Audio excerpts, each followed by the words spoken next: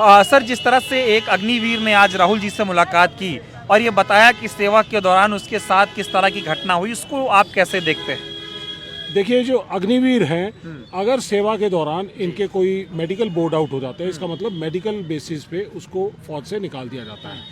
इसकी mind blast के अंदर जी इसकी इंडेक्स फिंगर चले गई, फायरिंग फिंगर इसको हम बोलते हैं। जी तो ऐसे रेगुलर अगर ये सोल्जर होता तो इसको फाइटिंग आर्म से निकालकर सर्विसेज के अंदर ईएमई, ऑर्डिनेंस, एएससी किसी में भी डाला जा सकता था और रीमस्टरिंग करते हैं, ये प्रोसेस है। लेकिन अग्निवीरों को इस हक से भी दूर रखा गया है कि अगर वो किसी बीमारी की वजह से या किसी चोट की वजह से या किसी वजह से अगर वो बोर्ड आउट होते हैं, मेडिकली निकल जाते हैं, जैसे इसने 2 साल की सर्विस की थी और 2 साल की सर्विस के बाद इसको वापस भेज दिया गया, कोई इसको बेनिफिट नहीं दिया गया, कोई इंश्योरेंस नहीं दी गई, ना कुछ और दिया गया।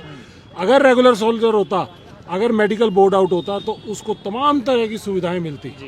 लेकिन अग्निवीर अगर मेडिकली अनफिट करके निकाल दिया जाता है तो उसको कोई भी सुविधा नहीं मिलती। आज ये दर दर की ठोकरें खाकर भटक रहा है।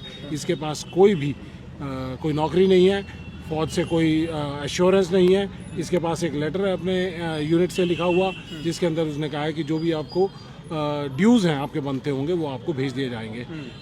अगस्त 2024 के अंदर ये बाहर आया था, फौज से निकाला गया था इसको मेडिकल ग्राउंड्स पे।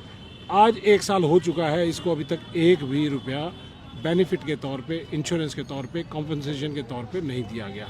और इतना बड़ा भेदभाव अग्निवीर और रेगुलर्स के बीच में है। तो अग्निवीरों की आवाज़ राहुल गांधी जी हमेशा उठाते रहे हैं, यूथ के खिलाफ है, देश की सुरक्षा के खिलाफ है।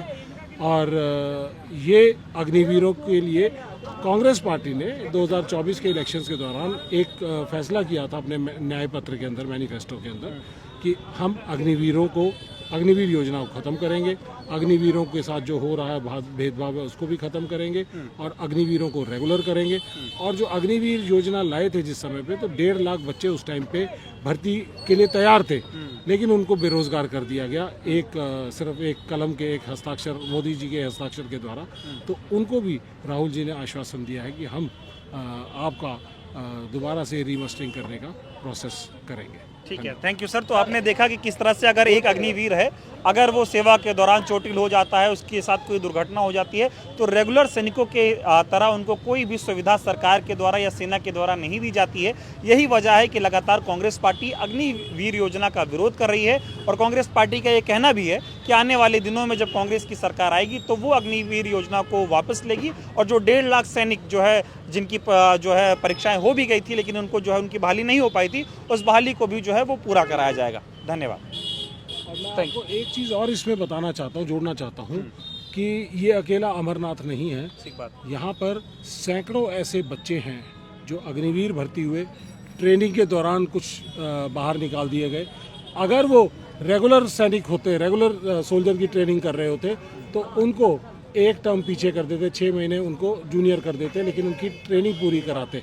लेकिन इनको बाहर निकाल दिया जाता है। ऐसे सैकड़ों बच्चे हैं जिनको ट्रेनिंग के दौरान और सर्विस के दौरान बाहर निकाला गया है। तो ये बहुत बड़ा अन्याय है।